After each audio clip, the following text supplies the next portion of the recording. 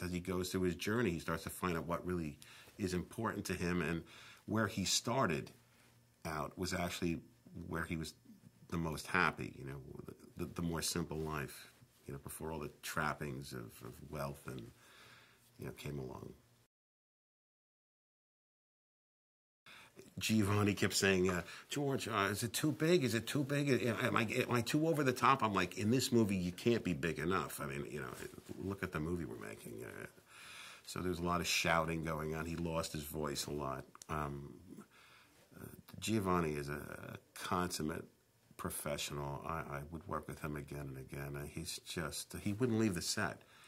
You know, like when we finished rehearsing, and, you know, a lot of the actors would go back to their trailers or their rooms or wherever. You know, Giovanni would just stay on the set while people were lighting and moving cables around. He would just, you know, he would stay in that character's head, like just wired. And he would sit there until we were ready to shoot. It was pretty remarkable to watch. Jerry Haggerty is played by James Caan, who does, he's just the classic shyster, creep lawyer. I mean, you know, just textbook creep, you know, in the movie, and wonderful, and like you know, Jimmy, he could have done his standard tough guy thing, but he didn't. He really stretched and really reached for something in this, and came up with a whole elaborate backstory that was wonderful, and no one should ever repeat the things that he came up with for his past in order to make the character work, but really just did a great job.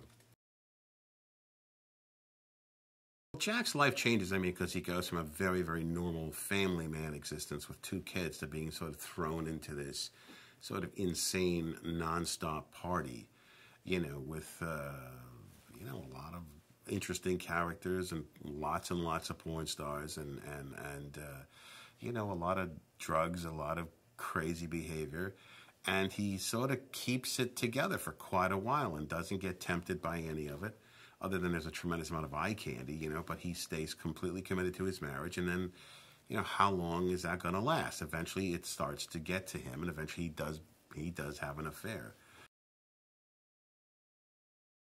We all became very close making this film.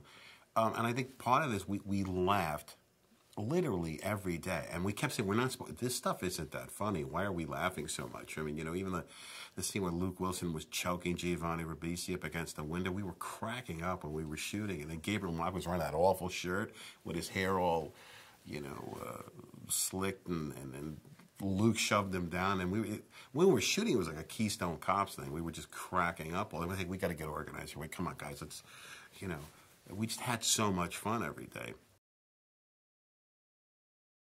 What you will see in Middlemen is it like lifts the veil to the other side of the porn internet business. What really happened? The characters that ran around in that universe. Again, I keep using the same word. That the chaos, the people who had no filters, no boundaries, lunatics. It's just a fun ride. It really is a fun, chaotic ride, and it's true, and it's hard to believe that this stuff actually happened, you know. What these guys did, there was really no way to buy anything online using your credit card before these 2 guys came along. And what happened was Buck Dolby came up with the code on how to do it. And he came up with the code in 15 minutes. And there were other people trying to figure out how to do it at that time. And Buck, being a guy with a 187 IQ who was like on massive amounts of coke, just saw the whole thing in his head and invented the code. And that was the beginning of the genius of what those guys did, and that's how they started to get all these online subscribers, you know, for their business.